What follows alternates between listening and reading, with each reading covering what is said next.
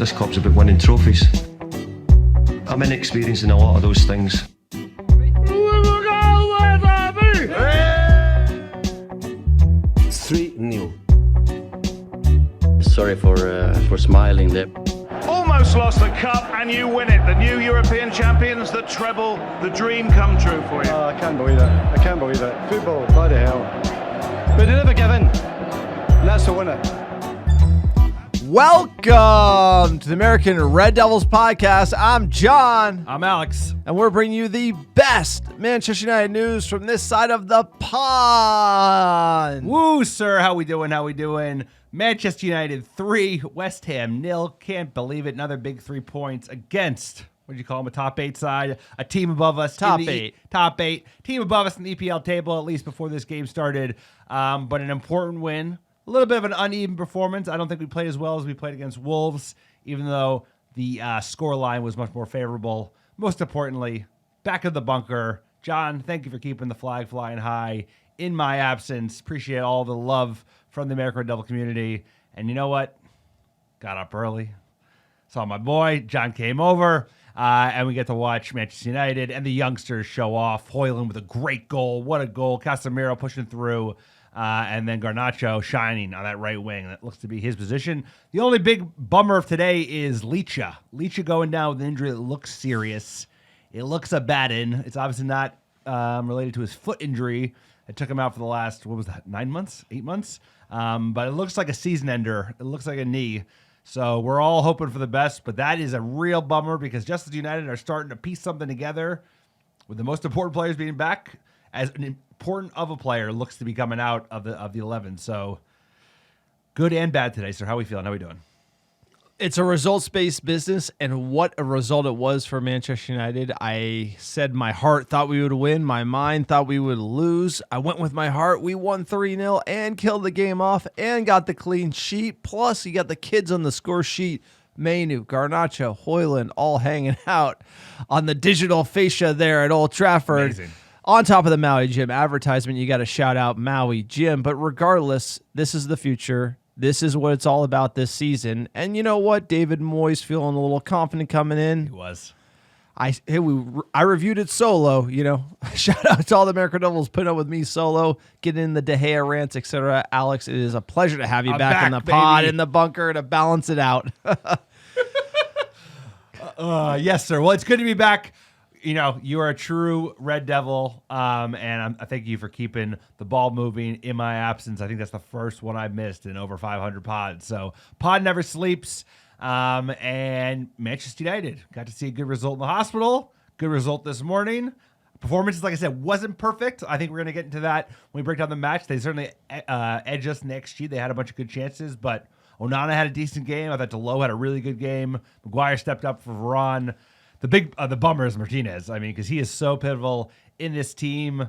But that midfield, You made a glass. I mean, this is how it look. It was a funny bend. It was not like a pull up. It was like that guy fell on him, Kofel, I think. But it looks a bad one. And only in sex masochism, then it is allowed. You can't fall down on the bending knee like that per LVG. But again, it's all about results. Yep. You're down and out. You're winning 3-0 at Old Trafford. The faithful behind you. Rashford going for it. The young kids going for it. Like you said, could have been a little better from a just creating chances perspective. We looked a little comfortable. Villa created some good ones. Shout out to Delot for keeping the Wolves at bay with that touchline block right there, right at the death. I thought Bowen was going to score. So again, you just got to enjoy it. We got to take it to the next one, and the next one is a big one. But, sir, before we get into breaking down the match, let's get a quick PSA for the podcast. You like the American Red Devils, you like that Muppet take, check out our Patreon page. No sponsors on the pod. We're 100% fan-backed by Muppets like yourself. If you're thinking about it, just do it. Sign up. Patreon.com/American Red Devils. Tons of benefits, behind-the-scenes episode every single month, and a lot of other exclusive offers to our Patreon community. Please check it out. Also, check out our store, americandevils.store. We have great merch, shirts, stickers, scarves, everything, you name it. Alex packs it all in his garage, ships it right to your house, so you know. It's the ARD official merch store. Please support us there and our website, AmericanDolphins.com. Like, subscribe, do all that stuff everyone tells you to do because, again, it's just two Muppets giving you our biased fan takes. Sir, tell them about iTunes reviews. No ads here. We're not selling hair plugs or ED medicine. That's not the way of the ARD. So pick up some merch. Join Patreon. I think our finest merch really shines this season when it's wet out and cold wherever you may be. It's dumping right now in Northern California. Another great way to support the pod is writing 5-star reviews wherever you listen. But even better, if you write a 5-star review on iTunes or Spotify and send a screenshot of that review to AmericanRedDevils@gmail.com with your mailing address, and I'll personally pick, pack, and ship free ARD gear sent it right to your door anywhere in the world. Here's a great one from John Juarez Garcia. Awesome show, awesome podcast. These guys put the work in to deliver the most up-to-date and accurate information about Manchester United. I enjoy how honest they are about the club and our current situation right now. I always look forward to listening right after a match to get their thoughts. Thanks again. Thank you to everyone who's been writing those 5-star reviews. We appreciate it. They go a long way.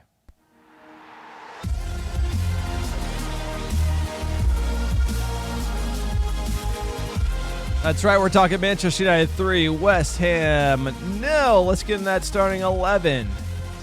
Onana in net, Delo right back, Magoo, Martinez center back pairing, Luke Shaw on the left, Mainu Casemiro, Bruno at 10, Garnacho on the right, Rashford left, Højlund up top. How are you feeling? Yeah, good 11. I think this team is starting to coalesce. Obviously, a lot of it's based on players being back from injury, even if only temporarily. But I think that front six has solidified itself without a doubt. Like that's the preferred midfield, and that is the preferred front three. Delo really owning that right back spot. I was a little worried when I saw Maguire. I was hoping Varane wasn't hurt. I think they're just managing his minutes because we just played on Thursday. And then Martinez and Shaw on the left are excellent. So I was happy with this 11, sir. What did you think when you saw it? This is fine. This is full strength. Let's go. Let's get into the match here. And it would start off, in a good fashion for Manchester United. We were, big save from Andre Onana in the 11th minute. Nice save, too. It was a De Gea. That was a strong-handed save. I'm going to call it when I see it. That was a De Gea-like save. De Gea had an elegance to his shot stopping, one of the prettiest shot stoppers I've ever seen. Onana, not always the most elegant when he does make a save. This was a nice save, early chance. I thought United came out. I think we were tired. We looked tired. I thought we showed a lot of energy against Wolves, and I think today you see the quick turnaround. But West Ham came out hot. They looked really good from set pieces and corners, and this was a big chance from a corner. 15th minute, Bruno took a curling shot outside the box, gets a favorable deflection. Areola with a diving save to push it over. And then obviously 23rd minute, the Dane, he would strike at Old Trafford. Trying to give Højlund something to chase sooner there first, but Højlund will get a second bite of the cherry. Still he goes! Happy birthday!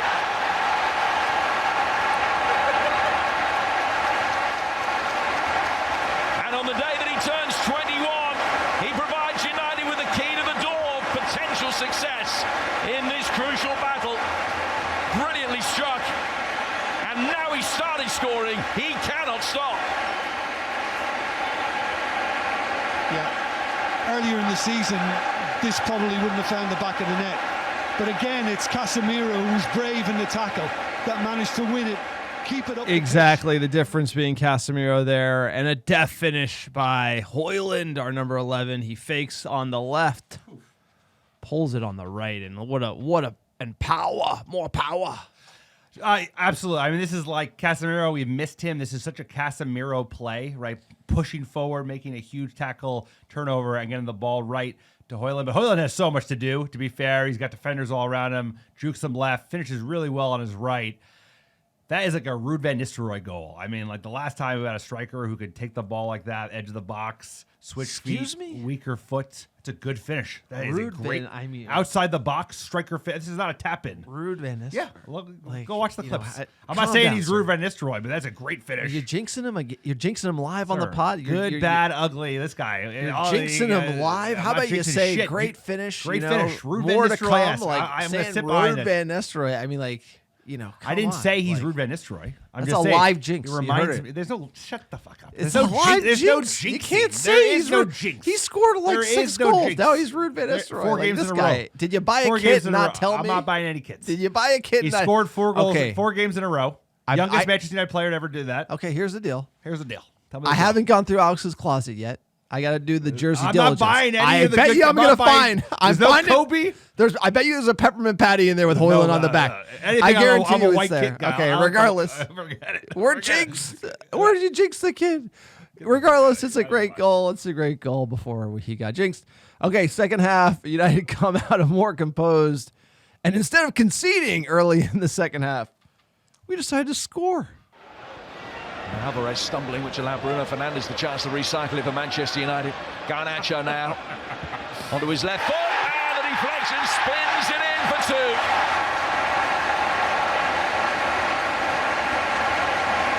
Manchester United sitting pretty now. Will they be able to hold on to a 2-goal advantage with a little bit more aplomb than they've done previously in the week?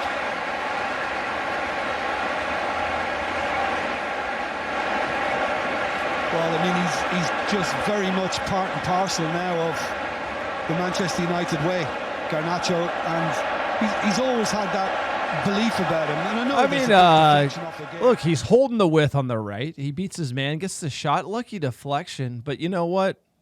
If you don't shoot, you're going to miss 100% of the time. Create your own luck. 100%, sir. We need some luck. You need a little bit of luck sometimes. United's had a tough season, a lot of injuries, a lot of poor performances, some bad calls. But mainly, United's not played good well enough. We're finally starting to get a little momentum. And I got to love the Garnacho Selly. I mean, this is great. Like, Kudus did this when we lost to West Ham in London. What? That doesn't feel that long I don't ago. know if that was a part of it. No, there but, was. yeah. Yeah, watch the Kudus video. The No, but celebration did is exactly the same. Garnacho say? Then you don't know. It's a speculation. Well, this whole Speculation, pod yeah. is basically speculation. Well, I'm just saying. I don't think it's More like importantly, the other two youngsters. Ronaldo did it too. You know, Ronaldo did the arm cross. So, but regardless. But either way, I like to see Hoyland, Garnacho, Kobe, the future. All the negativity around this club, the interim manager, some of these players overpay. They need like so much dead weight that needs to be moved. But the youngsters are legit, and they're going to be the team they build around. So Garnacho having a hell of a game, and good for him. Deserves a goal. Absolutely. 64th minute McSauce for Mainu. Then there was that big chance for West Ham where Jared Bowen was like literally unmarked on the break. Took the extra touch to Lowe doing a great job to get back. Huge opportunity for West Ham. You know, all the games earlier this season, that goes in, and then we wet noodle another one. Yep. So that was a huge block. 71st sub for Varane for an injured Martinez. First of all, I got to comment on the athletic trainers here. Awkward situation with his knee out of bounds. West Ham player falls on his knee on an angle. Clearly, he should not go in the game again. Clearly. Then he does, and then proceeds to fall down. And obviously, this guy's a soldier. I mean, he'll play through anything. I think that's part of the reason he gets injured so much. But the fact that we didn't make the sub right away just shows you how bad the physios are at Manchester United. Or even, I don't know, maybe the manager should be switched on to that. Be like, get out. You've been injured all year. Get out. You're not like going our most back important in. player. I doubt that mattered for the injury for the record, but because you can run it off, you can't. But then immediately we're on the break and he's sprinting. This looks bad. Ten Hag commented on it. We'll see. But the good news is, 84th minute, we would kill a game off. To the left side. And now he's lost it, and United will break. And it's 4 against 3 with McTominay setting up Garnacho. And Calvin Phillips' miserable start to his West Ham career, I'm afraid, continues. Gave a goal away the other night. He's just given a goal away here at Old Trafford. Garnacho gets his second, and Man United wrap it up. I mean, the one thing I don't like about... What a Phillips goal. Calvin Phillips gives it away. McTominay, assist. Good for him. Way to pass it there instead of fired over the bar. I thought this was a great goal from Garnacho. A great team goal, too, sir. Make a really good point. It's like, this is exactly when you want to see McTominay. You do not want to see him starting games anymore if we have the players available. But coming on, Kobe's been playing quite a bit. Good to bring him off at the 60th and then have the high press. And we're also, early in the season, he would shoot the ball. He would shoot the ball, make the wrong pass. It's like we're finally starting to make the right pass. So well done from everybody. Nice finish from Garnacho. And you love to see it, sir. Finally, I was still stressing because I know this team full of bluffers. I was not stressing. stressing. I said the whole way, we scored stressed. 2 goals. We're going to get a clean sheet. We're winning this game. There is nothing to sweat. I Listen said to it you the more- whole I should way. listen to you more often, sir. But it's like live game. Alex is saying, we're going to let up 2. We're going to do that. I'm like, no, we got this one. Had a good feeling. Looking at the stat sheet, this is the interesting part of the story. West Ham, 22 shots to our 12. We had 5 on target to their 3. Possession right down the middle at home. They had 49%. We had 51. But you're looking at XG. West Ham, 1.32. That Bowen chance was a big part of it. But they were creating opportunities like chipping up. If you look at the XG over time, it's a linear fashion. They were creating opportunities the entire game. And United was kind of fits and starts, like nothing really in the first half. Maybe 0.17 XG. And then obviously the Garnacho chance was huge at the end. But even X threat, West Ham had more of that on field tilt. They had more of the ball in the final third in our house, right? So these are kind of the themes. You have to balance an amazing result, 3-0 clean sheet at home, to still conceding chances to top 8 side. I mean, West Ham isn't a top side, but they're coming to our house. They're having creating good opportunities. Just don't have the efficiency like we do with our forwards. No, 100%. I think they probably edged us because they had so many chances. We had probably bigger chances. Obviously, they had that big one in the first half where Onana came into a big save, 12th minute, and then the 68th where you mentioned Delo tracking back and having a huge block. But this is finally our strikers, finishing chances. And it's like they haven't been clinical at all this season. And let's think about Højlund. That XG on that goal, that's a hell of a goal for him to score. We got some deflection on the second one. So I have to agree with you. It's like in a different night, this could have gone 1-1. This could have been, a loss. But United finally taking their chances, and the youngster coming up big with some big goals. Yeah, and just jumping into the tactical teardown, it was counter. Look, West Ham's coming in our house. We're countering West Ham. I mean, this is where Manchester United's tactics are from a mid-table perspective. We're giving other teams more of the ball in our house, trying to hit them on the transition. Because the possession was split down the middle and we had a lower field tilt of 42% to West Ham's 58%, we were trying to find them on the counter. We were letting them have the ball, trying to get space in behind. That's kind of been the theme this whole season. And then the clinicality, right? So you made up that word last season famously. We had lower XG, but we were finishing them. The deflection, Højlund, scoring, within a low X threat opportunity. And then West Ham just kind of like not being able to pull the trigger in front of net, I thought was great. And then also Devils in the data. This one I thought was interesting. The pressing per defensive action, or PPDA. West Ham was pressing us way more aggressively in our house, more of the ball in our house, more XG in our house. And so West Ham, we kind of set off a little bit. I think you mentioned we were a little tired. They press per 9 passes. We press for every 16 to West Ham. So they're almost twice as effective on the press. You saw it. They were higher energy. It was crisper from West Ham. They were creating the chances. Just they had that wet noodle in the final third. And a better team's going to punish us, right? Jared Bowen's going to, Haaland's going to score that chance. And so, again, there's a great result. There's 2 on the trot. You look at the table, it's what all the Muppets need, and then these kind of undercurrents of what's been going on this season. So we haven't cured the ailments, but everything is cured by 3 points. No, 100%. You're 100% spot on, sir. Better teams will punish you for that. I think a little bit this is like a lot of the players who have been out for the season haven't played together, haven't played full 90s, right? The Casemiros, Shaws, Martinez come back together. I thought they showed a lot of effort at the Molyneux, and then I think you could definitely see they were leggier, but they finally took their chances. So, baby steps, increments, but the real thing is going to be next week. I mean, if we want to have any chance to finish in the top 4, top 5, we have to beat Villa.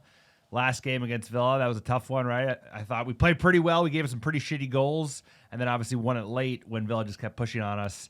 But at Villa Park, It's going to be a really tough game. They're great. They're a great team. Look, they're like above Spurs. They're in the top 4 spot. They've got a very good manager. So we got a fight coming out. But we got a full week's rest. That's the good thing about this season. Well, we got a full week's rest. And what, sir? What? Top 4. I mean, the odds for top 4, you just got to go to the bookies right here. Tell you what the odds are. Tottenham top 4 minus 125.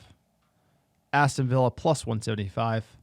Manchester United plus 1,000. So 10 times your money.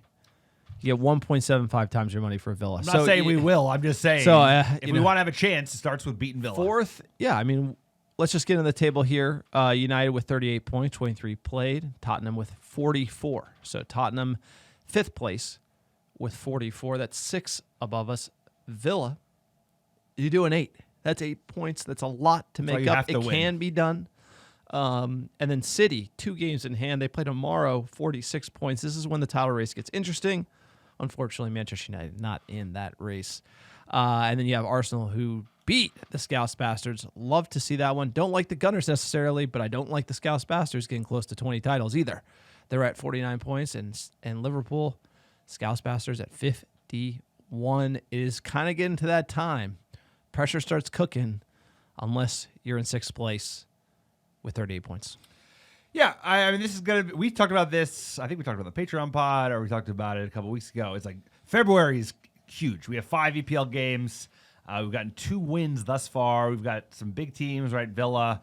But then you get the Lutons of the world. But even Luton, they're not a rollover team, right? They tied Newcastle at St. James Park. So they're cooking. Dude, they're good. Dude, all the team, unless you're Sheffield United and probably Burnley, like everyone's pretty dangerous. So United's got to show up, and they got to show up at Villa Park, because if we, I'm a little worried because Leach is definitely not going to be available on Sunday, and he could arguably not be available for the rest of the season. But hopefully it's Varane, Maguire. But everyone's got to be ready to go because they're a very good team. Well, what do we know? Let's check in with the manager of Manchester United, Eric Ten Hag. A really good day at the office, but Lisandro Martinez's injury has taken the shine off it. What is the situation? How bad does it look? I can't say. And that it doesn't look good. So there's a big concern, but we have to wait coming days. What is the diagnosis, and then we can tell you more. So it looked like a knee injury, and I guess that will be scanned in. Is that what the process is from here? Yeah, of course we do everything to get the right diagnosis and see what is the damage. How is he? He's very sad, very disappointing. We are all, and we feel really with him. It's first of all, it's a personal disaster when it's really bad. But let's wait what it is. But also for the team, it's really bad because he definitely brings us a lot. Yeah. That's 3 wins on the trot for only the second time this season. 3 wins in a row for only the second time this season, and you scored 11 goals. Do you feel you start to get that bit of consistency you were looking for, particularly being more clinical, which you weren't earlier in the season? Yeah, but you didn't believe me all. But when you, no one. I have seen all your briefing. But it's not my job. I have to. This whole no one believed me. I could win 3 games in a row with a £1 billion team. It's like that's the attitude. It's like, come on. It's like you don't need to clap back at the press like that. Yes, you do. 3 wins. If we're in top 4 or we're starting to really put something together, I would agree. If we finish in top 4, be like, none of you guys thought I could get here. I agree with that statement. When you get somewhere, but to be like we're 6th and we won 3 games against West Ham, Wolves. I mean, is that something to be clapping back about? I that's to me, that's not something that you want to be showing your chest. You beat City, you go to Anfield and beat Scouse Bastards or something like that. I would be more okay with it, but let's calm down a little bit. I agree, but also the press are fucking vultures, and they all want United to fail, and all they do is write clickbait about Manchester United. So it's been a bad season, right? Who gives a shit if it's been a bad season? It's been a bad decade. What my point is, they know what they're doing. They make stories up. It's they're looking for a response. I don't mind the coach being. He's arrogant. He's Dutch. I'm fine with it, but you got to back it up, bro. You got to beat Villa. You got to beat Luton. You got to beat Everton. If you beat Villa and you beat Luton and you're on the outside looking in at a path to top 4, get a little bit, but let's just keep it humble a little bit. This season reminds me, it's like all in the press. There's jabs and this. It's drama. It's like Jose. It's like this. We don't need this show. We need to keep it humble, keep it in-house, and just let the talking on the pitch do it. That's what I want to see. It's the same NFL, on to Cincinnati, nothing to see here. We're working hard every day. That's what we need out of it. We don't need, pot shots and this and that. I feel like you end up getting exposed. I mean, I can see it both ways. I think they were going after him 2 games into his managerial career, Manchester United calling for his head. So I just think the expectations at United are different. He's a goofy guy, a little awkward, comes off, his English isn't perfect. But I don't really mind a manager that has a little bit of swag trying to push back and say, he's got to back it up. If we get blown up by Villa and lose to Luton, swag after beating West Ham at home. Sure, you have to have belief. It's I think it's good. We can over dissect the manager's comments, but once you start getting the volatility in the pressers, it's just you don't want to. He's fighting for his life, bro. He's fighting for his life. I agree. Everyone thinks he's already fired, so he's fighting for his life. And you know what? There's just a lot of coming out. There's a lot in the press. It's we need less in the press, so we need more on the pitch. That's all I want. I just want more Hoyland goals, more Garnacho goals, beating better teams, clipping up the table, better football. That's what I want to see. I want to see better football. I want to see not conceding a lot of XG at home. I want to see dominant performances from Manchester United and improvements. We just got a bunch of people back. Casemiro in the midfield. We're better. But it's going to take time. We're better. What does Casemiro eat, by the way? I just want to know, what is his snack? Because he can't keep his hands off something. Yeah, I'll tell you. What is it? Krispy Kreme? I thought they said something. No, that was Anderson. Used to be a cheeseburger. They call. No, but Casemiro, he needs 10 games to lose the weight. Yeah, but he looks. The thing is, he still got it. No, he's still. Of course, he's such a good player. Wayne Rooney still got it, but Ronaldo's playing it. Yeah, Ronaldo's abs. But you know what I'm saying? It's I agree. It's cheeks. He gains all his weight in his cheeks. It's not his cheeks, sir. It's cheeky. He likes to eat, bro. He'd be better off if he was not just he needs to be playing American football. That you can snack in American football. Nobody knows. You wear a lot of equipment. How many? He's won 5 Champions Leagues. It's 5. You and me both know Casemiro needs 8 to 10 games. You see me when I put on a couple LBs. They all go to my chin. The first place you see is the cheek sweats, and it was always going to take a couple games to get up to form. Casemiro's 200 pounds, bro. He's probably 160. Are you kidding me? These guys are little, bro. They're not American football players. Let's get into the next match. It's the Red Devils versus the Villains, Villa Park, Sunday, February 11th, 8:30 a.m. Pacific, 11:30 a.m. Eastern. Lifetime versus Villa. Won 105 games, drawn 41, lost 51. First time we played them, 1892. These two teams go way, way back. We beat them 2-0 in the first division. Top 10 Villa.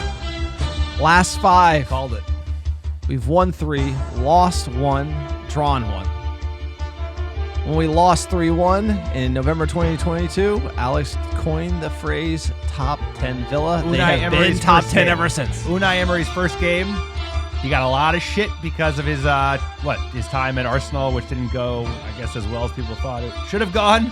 But he's a good manager. And they're a good team. They recruited well. They're well run. We've talked about it for years and years. So I think that's shown now. Whether they'll finish the top 4 or not, we'll see. But they're a good fucking team. We saw it when we played them at Old Trafford only a month ago. Well drilled, a little bit dirty. He probably should be if you're trying to chip up. So they're going to be dangerous. Last 5 in the league. Beat Burnley 3-2. Drew Everton. Then the FA Cup, they drew Chelsea, interesting enough. Lost to Newcastle 3-1, and they battered Sheffield United 5-0. I was watching that game. Sheffield United fans leaving 20 minutes in. Really? They showed the stands, 20 minutes, it was 4-0. They were out. Yeah, well. Regardless. Is Manchester United scoring 5 goals against Sheffield United? Not a chance, right? That low block. And again, interesting that West Ham didn't pack it in. No, they pressed us high. They gave us space to, like, once we got past their front attackers pressing, there was room today. For those who don't know, Aston Villa is one of the oldest and most successful clubs in England, having won the Football League First Division 7 times, FA Cup 7 times, League Cup 5 times, a.k.a. Carabao Cup, baby. European Cup and European Super Cup once. So, they have a lot of history. Count Chocula at the helm. They're coming in decent form. Formation 4-2-3-1. They got World Cup winning goaltender who's a troll in net, one of the top trolls. Tielemans in midfield. Who could have seen him would be a bargain that United passed on.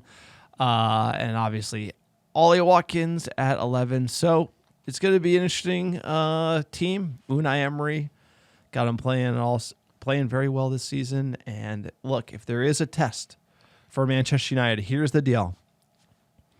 You're going to be bigging up the press. We're talking about the manager dunking on the press. Like, don't question me. We're going to lose like 5-0 now after I say that. This whole like big up. It's like Manchester United Football Club. This club I love more than anything and watch every single game. Has beaten 2 top 8 teams this season. 2 in the top 8. Who's ever heard of top 8? Used to be top 4, now top 6, now top 8. I never heard top 8 until today. Horrid. You said top 8. Yes, we've been terrible. That is horrid. But we're still in the fight. That is like record-setting horrid. And guess what? We got to start beating these teams. We got to start beating. And guess what? One of the top 8 sides we beat was Aston Villa. And like you said, this would be huge 3 points. We passed the mid-table test. The West Ham, the Wolves. Could you show up? Could you get those points? Boom, we're chipping.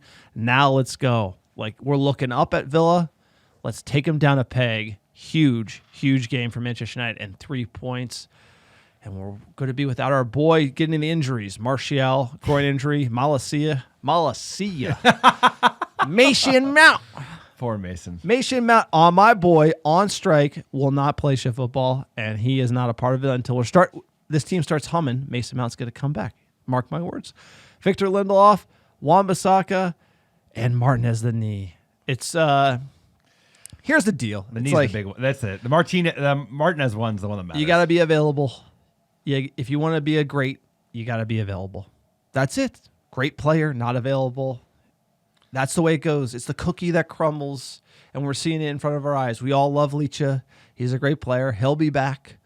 But you can't ride this season on the excuse factory. You need players. Next man up. That's Manchester United. This is how careers are made. Because if it's as bad, we don't know anything. We're speculating. I mean, the game was today. You don't even know about an injury like this until at least 24 hours out because of the fucking inflammation. Yeah.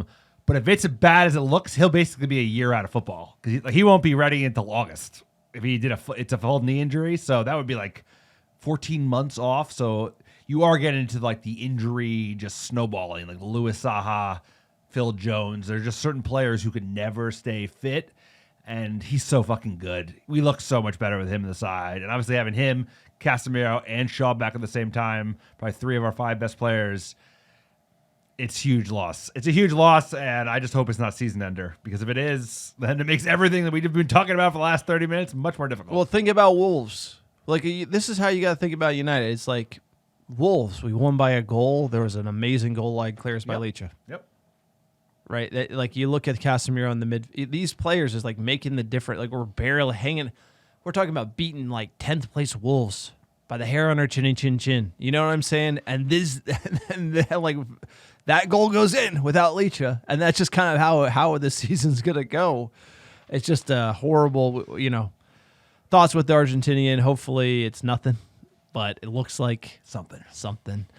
That picture is a heartbreaker. What's your 11 for this match? So I think we're not going to change it up too much. Onana in net. Delo has locked down that right back spot. It sounds like AWB has got an injury, but Delo's playing well, I must say. Varane, Maguire, Shaw, Mainu, Casemiro, Bruno. That's the midfield we got. Hopefully, at the end of the season, if everyone stays fit. Rashford on the left, Hoyland up front, Garnacho looking great on that right wing. Tough game, right? Because we're a little bit more vulnerable with our center backs, but that's a strong 11. Sir, what do you got? I'm gonna say Onana, Delo, Maguire, Varane, Shaw, Mainu, Casemiro, Bruno, Rashford, Hoyland, and Garnacho. Booking the bookies, the same 11. Let's go. Villa, heavy favorites, sir. Plus 100 at home at Villa Park. United, the draw plus 300, and United, the underdogs, plus 230. Sir, given the odds, what is your score prediction? This is a very interesting one because we did get the better of them in that 3-2 thriller. It says draw. I think it'd be like 2-2 draw is what I'm going to say. It's good, begging for the win. We're probably close, probably play well. We have a week off, good to show up, play well. But, it's just, I got to give respect to Aston Villa and Unai Emery and our away, beating Wolves away. It's that goal that goes in when you have a lead. That's like if you had to say United this season, it's like when we're up 2 or we're up 3, they score a goal. It's the 2-0 lead. That habit of just like breaking and the habit of like you saw that Bowen chance. How many times have we seen like teams that know how to get in behind? We leave big gaps in this. Like we do not, and that's why Casemiro kind of plugged it a little bit today. But man, we leave giant holes, and we're so vulnerable on the attack. And Ollie Watkins is going to put us to the sword if we leave that space. Yeah, I think we're going to lose. I think 3-1 Villa. I think it's one of those games where like we actually play okay, don't take our chances. Villa take theirs, and the excuse factory. I'll be manning. I'll be the foreman on Sunday next week. So I think we will lose. But hey, we'll find out sooner rather than later, sir. Let's get into some news.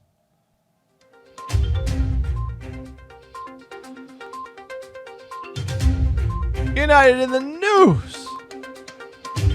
Al Hilal coming in for Bruno Fernandes. Topside. I can't believe you put this in here. It's like this is a story. I want to talk about the whole like everyone's moving everybody linked out. to everybody. Everyone's linked to everybody. I'm talking the about Saudi the prospect of selling are Bruno. We ain't got no connects. We ain't selling nobody there. It's like that's the whole idea. Is like every United fan says like, oh, Saudi Arabia's gonna buy this. It's like but he's actually we're good. So he's bad like at our selling best player people on our team. He's gonna go to Real Madrid, and we won't get enough money. I mean, like that's kind of the whole deal. It's like, look, if you told me we saw the photo today, it's Højlund, Kobe, That's it. Garnacho.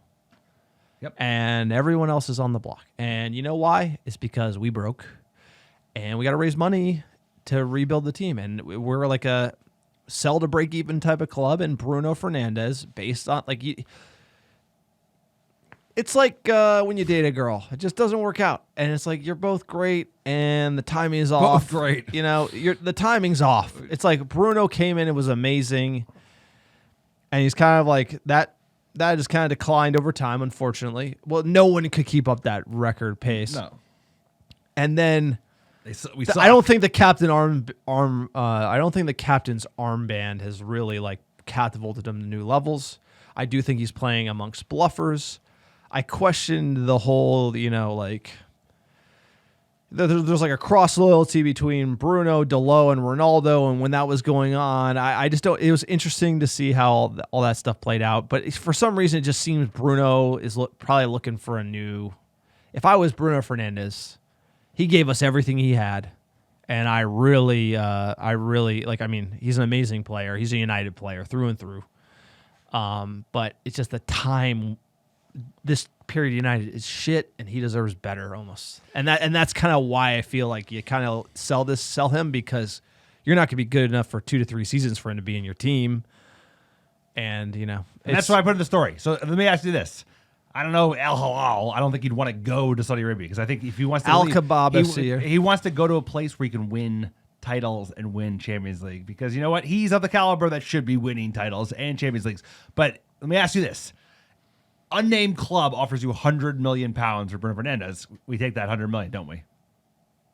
I'd like 120, but yeah, I like an amount where nobody can fault you.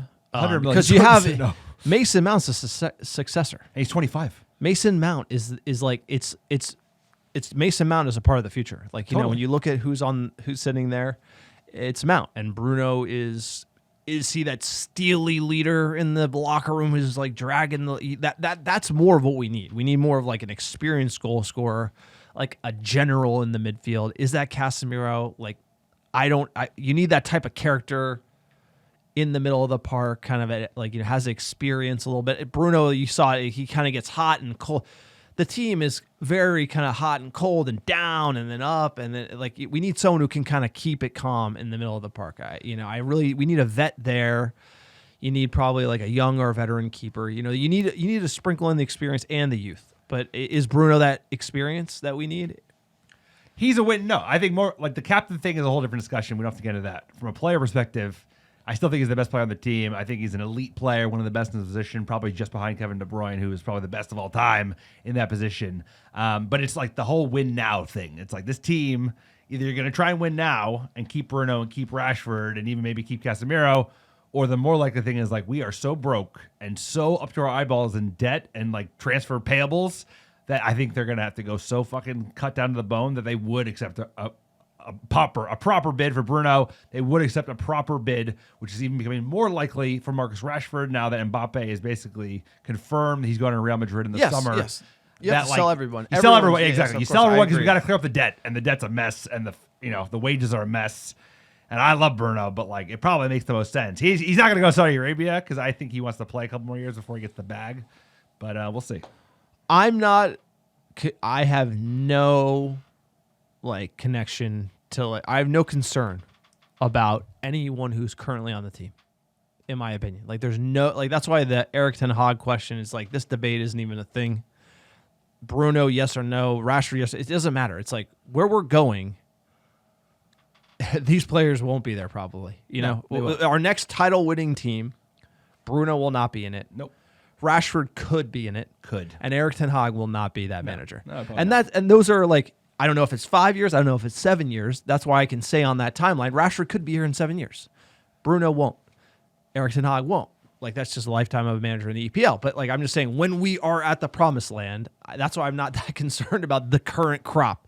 I'm everyone's disposable. Everyone, Carrington needs to be burned. All this stuff needs to be rebuilt, and we need to kind of run anew. To this point, Erik ten Hag is on trial at Manchester United for the rest of the season, claims Roy Keane. Gary Neville admits Sir Jim Ratcliffe could look to bring in his own manager at the end of the campaign. Look, there's a lot of talk, and this is the whole press thing. And I get the manager lashing out at the press. He's kind of taking the bait a little bit, maybe taking it a little personal. Hey, man, you got acquired by there's a multi-billion-dollar acquisition that went down. There's a CEO's out.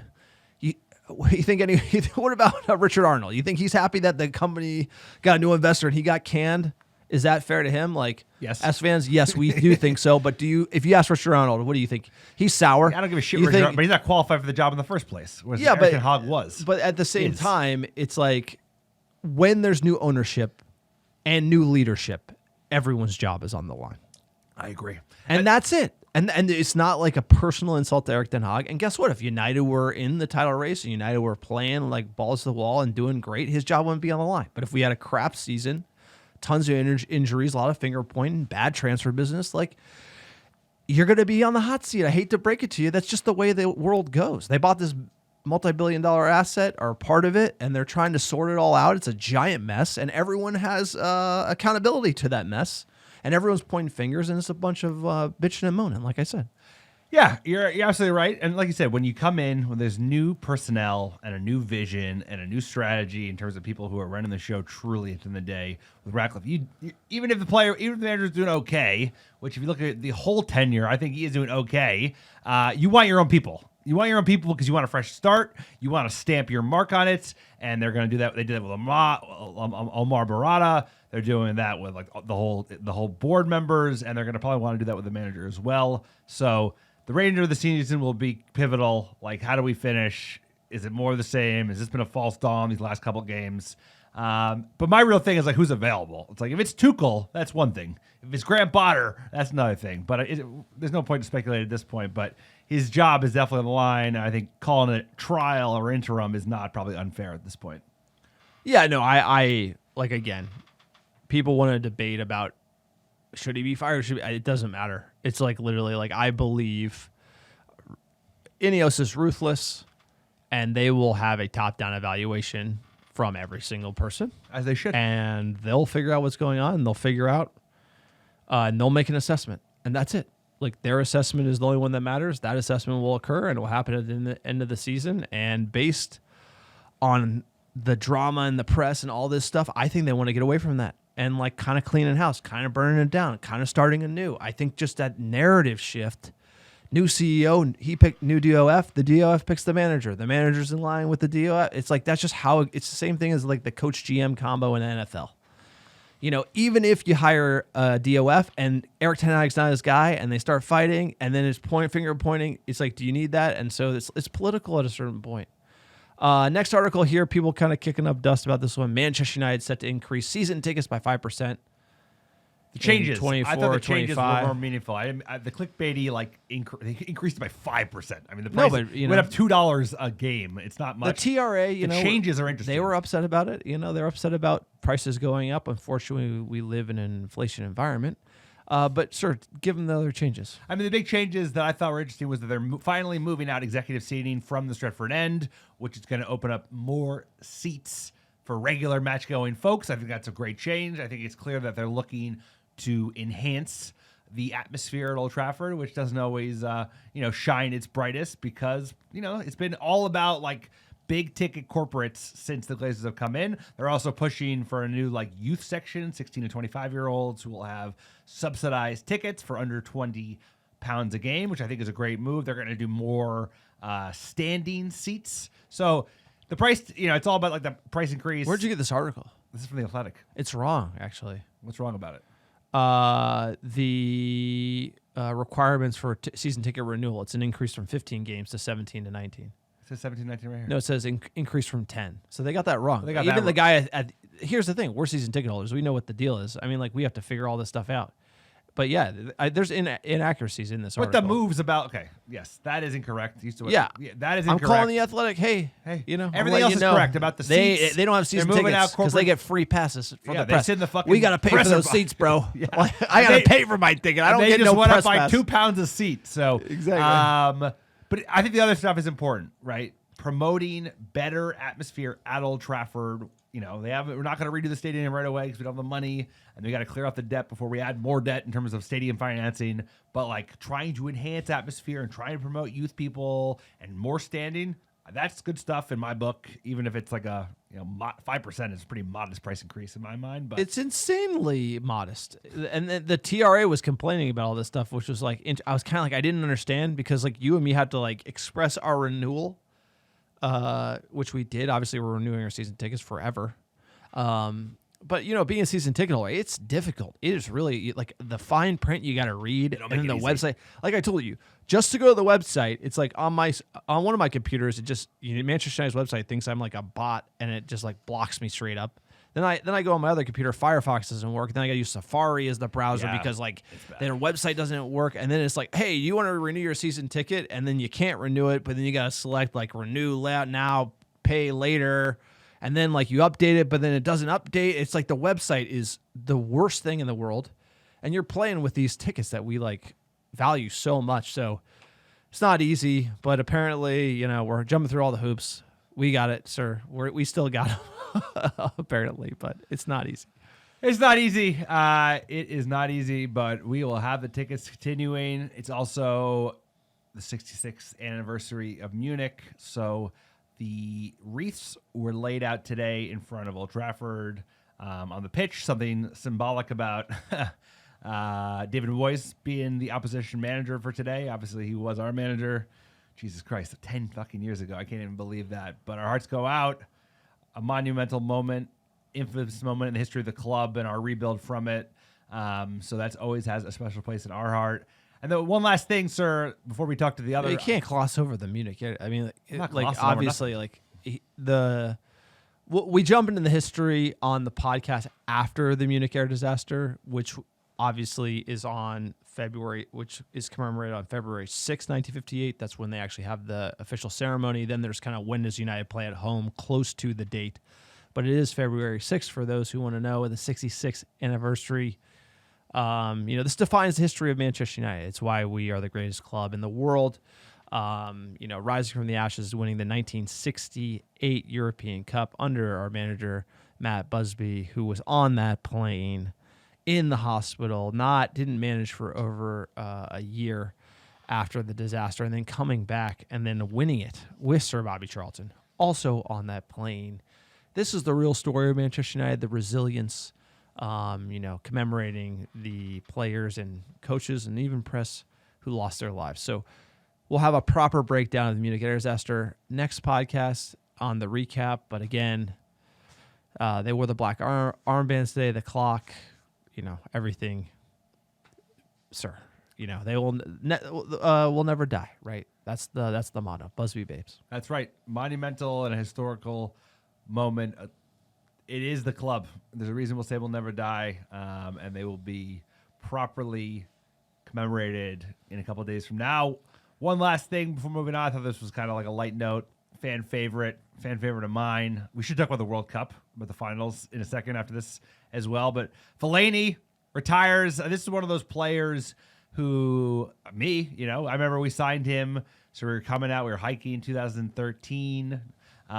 First window since Fergie left. Kind of a little snapshot of how bad the Woodward era is going to be. Fellaini was available for, I believe, $23 million, and then they waited and he got it for $28.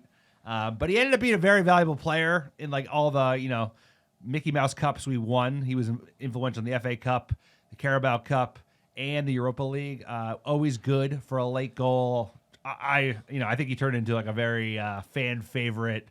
This guy's got a Fellaini kit. I wish I did, dude. I would get one. Fellaini was a true player. Chevrolet. Don't forget. Great player. He was a great player. He was great in the box. He had the best chest control I've ever seen from a player. Great is like a little, like you're stretching for great. All right, bro.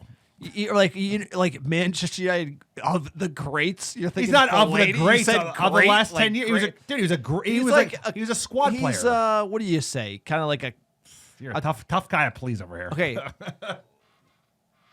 Dude, you gotta also say it's like, hey, he's a fan. All he said was a fan. There's play like, okay, you said great. Manchester United, great. Fellaini, like great. I like Fellaini too. I like him. He was a dog. Like he was great for Everton. He was an Everton great, I would say. I don't know if he was a Manchester United great. They won nothing. He never got his chance. He always got kind of thumbholed into like the put it on and hoof it up to him. He was like the hoofball guy, but he showed resilience. He's a fan favorite. And man, you can see how the standards have fallen because Fellaini was like effective and like pretty decent, and back then we were like disgusted with him as a signing because we were just like, this isn't how you should play. We should be winning in a better way. Now we don't even win, so it's like we've really kind of come down. Like now Fellaini would be a great player for United. The bar of greatness is, great. He wasn't starting United great, balling but like, out. Talk about impact he had. He had more impact than Mata did. He had more impact than Pogba did in terms of I don't know about Mata. I don't know if he influential had more goals. Like, Fellaini had scored 2 at Anfield. I think you're in Manchester United great. You scored 2 at Anfield and EPL where we 2 at like you know what, like that. The Mata scoring 2 at Anfield, that kind of puts a flag down. Players that score the winner against multiple City. Goals at Anfield, that's something. So you have your biases. I have mine. Special place in your heart, Marouane Fellaini. Gotta get that kit. You see the kit and you want to get Alex an early birthday present, send it my way. Daley Blinn's a good squad player. He's much better than Daley Blinn. Daley Blinn, good squad player. Exactly. You have your favorites. Hoyland, Ruud Van Nistelrooy. Here we go. It's a goal. All right. For those who are fans of the World Cup, they just announced the schedule. The U.S. men's national team is playing group stage matches in 2 in L.A. and 1 in Seattle. Kind of a weird schedule. You can kind of understand it a little bit because there's probably a conspiracy to get the U.S. in late and then staying on the West Coast, not having to travel a lot. That might be a little edge USA, the fact that we're the host country, we automatically qualify, and then like the fixtures are very friendly and in warm weather. That's where we do preseason is in like SoCal. So they're going to be in SoCal. That's pretty good home base to be in over the summer. Good point. But I think the LA double dip is it's the second biggest market in America. I don't think that was an accident. They didn't put them in Kansas City. They didn't put them in Philly. They put them in LA twice. But the big one is, shout out New Jersey, which is going to host the World Cup final. New Jersey World Cup final. What at MetLife Stadium, horrible stadium, great state, great place. North Jersey, we grew up like 20 minutes away. This is like, you've seen Sopranos. That's the era of New Jersey we grew up in. Like, literally, I remember them filming Sopranos on the way to hockey practice. Taking the bus, you could see them filming the show. So the fact that the World Cup final is coming full circle to New Jersey. Let's go. They put New York / New Jersey, which is like totally, I take offense to that because it's not in New York / There's no border running through the stadium. It is in New Jersey. I have New York Giants, New York Jets. And guess what? It's the New Jersey Giants to me. Okay, very cool. Very good. To John, in John's world of delusion, they call them the New Jersey Giants. New Jersey. Yeah, they work in New Jersey. There ain't nothing about them that's in New York. The San Francisco 49ers. They're not in San Francisco. They're outside San Jose. Here's the difference. They were in San Francisco, and the New York Giants were in New York. Now they're Santa Clara 49ers. Okay, I'm just letting you know that when the final is approaching, and I'm a Jersey fan, sir. I'm from New Jersey as well. A lot of pride living and growing up in New Jersey. They're not going to talk about New Jersey, bro. They're going to talk about New York because it's outside the greatest city in the world. Yes, keep saying New Jersey, sir. Maybe they'll finally change the kits to the New Jersey Giants because I'm sure that will sell better. But the most important thing is this guy's from New Jersey talking against New talking Jersey. Straight. I'll tell you straight what. Facts, When we go traveling, I'm talking straight facts. Alex and I did a lot of traveling. Here's the deal. We Would did you a lot rather of hang out in traveling together. Arlington, Texas, or New York City? And the Jersey. stadium is far better. So let me ask you this: when we go to the final, even if we don't go to the game because the tickets will be so expensive, are you going to be staying in East Rutherford or are you going to be staying in fucking Manhattan, bro? I'm not saying East that. Rutherford, are you going to be staying in Hoboken? Okay, I'll tell you. Or Soho? You want to know the difference between me and Alex is that we go traveling to straight. another country. I'm straight. They say, where are you from? Alex says, New York. And I said, he's lying. We're both from New Jersey. He ain't from New York.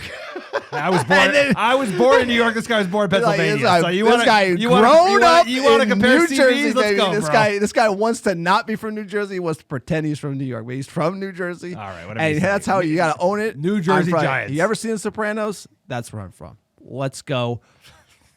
World Cup final, New Jersey. That's it. Let's get into the fan questions. You heard the Jersey rant here on the pod.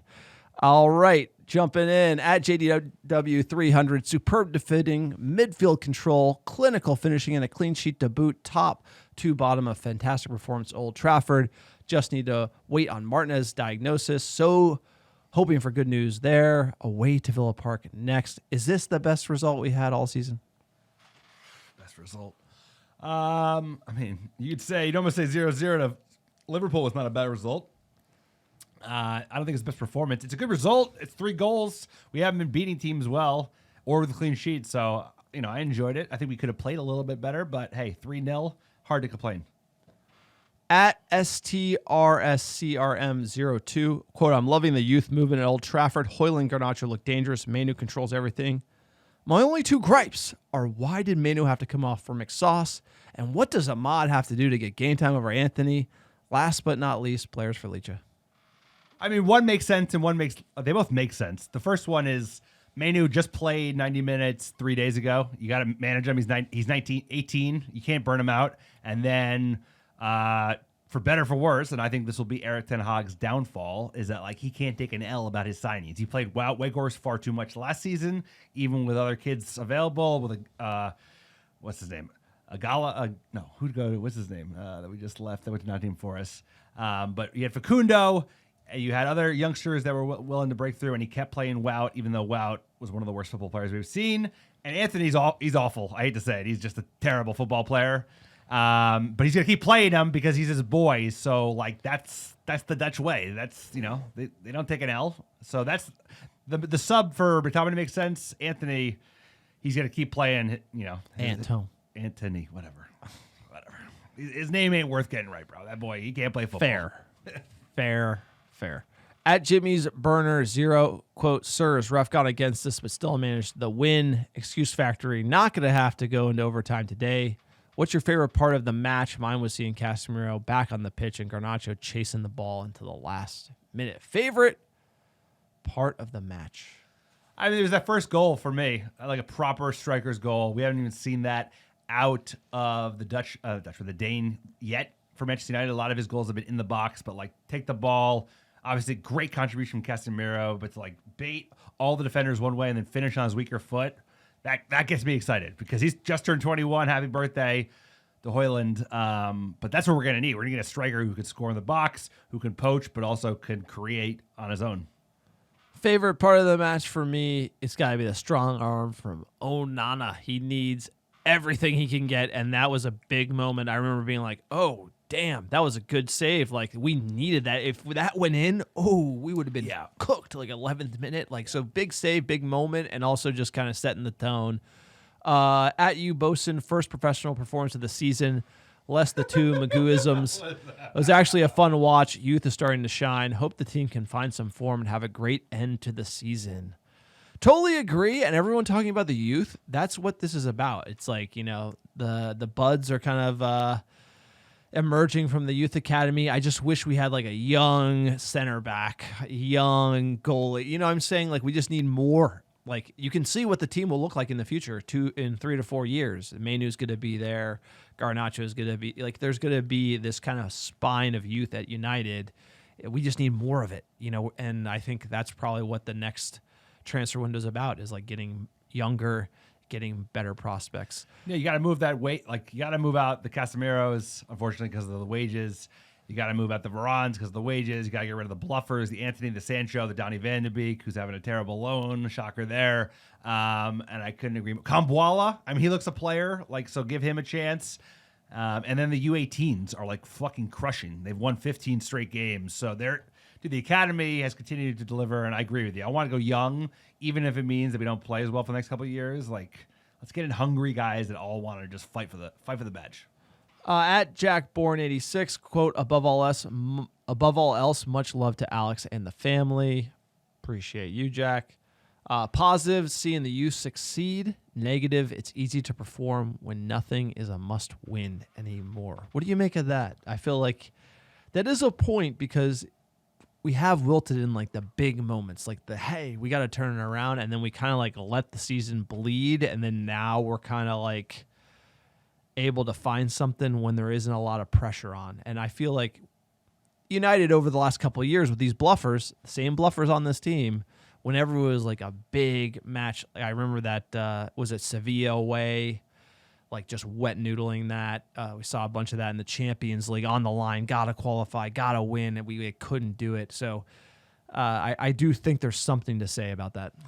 First of all, thank you, Jack, for the kind words, and thank you for all the kind words from everyone in the ARD community. It meant a lot to me and my family.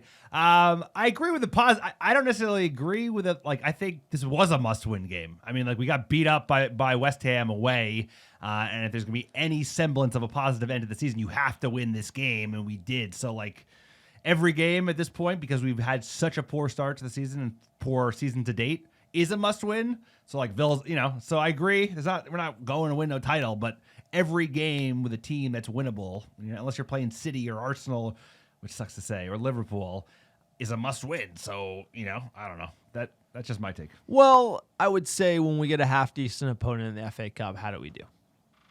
There is something to, like, tough spot. We will eventually. Like, I'm just saying, this team does wilt in big. We have seen it. Yeah. Oh yeah. Like, especially against like good teams. Especially against like good teams, big game. FA Cup final, we wilted. Yeah, exactly. FA Cup final, the Newcastle away last year. Then there was that Spurs, like, could have clinched it away there, gave up the 2. And then this season just been like we've been grasping for everything. Last one here at Bry Guy 666. Sirs, do we just watch a comfortable win? With how shaky this team is, I'll just take the 3 points. Only complaint is Ahmad should have went on and not Anthony. Hope all is well with Alex and the family. Thank you, Bry. Appreciate it. It was comfortable from a result standpoint. Like you said, John, you talked about it in the XG. Like, they had chances. I just think we were clinical for once, and we haven't been all season. And even times when we played better, we've gotten fewer goals. So I never felt comfortable. I'm just so used to this team like punching me in the gut.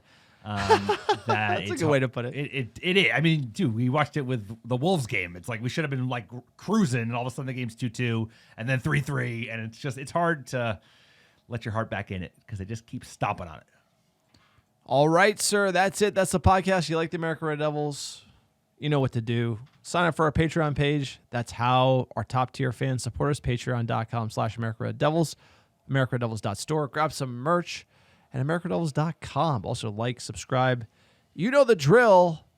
To support independent fan content, help keep the podcast going, sir. We've been here. week in, week out since 2017, since Jose Mourinho. Who would have thought we'd be here this far? 24, we have won shit. one trophy, EFL, baby. Let's go. Carabao. We never had a Carabao Cup. Three finals, three cup finals. Ole bottled it. Then we lost the FA Cup to City, gave him the treble. Those are two heartbreakers. And then obviously we did beat Newcastle. So, there are some days, but we will survive. We'll be back again. Let's get our top 10 downloads last 7 days. Number 1, how you doing? How you doing? Chicago, Illinois, Los Angeles, California, Dublin, Ireland, Washington, D.C., Seattle, Washington, New York, Melbourne, Australia, Brooklyn, New York, Philadelphia, PA, and last but not least, Dallas, Texas. Appreciate all the American Doubles listen week in, week out. Couldn't do without you. Always darkest before the dawn. Still dark. But a huge, huge game on Sunday. We got the Villains at Villa Park. Can United win? We could use 3 points, I'll tell you that. Who, sir? That's what the nation's going to sing.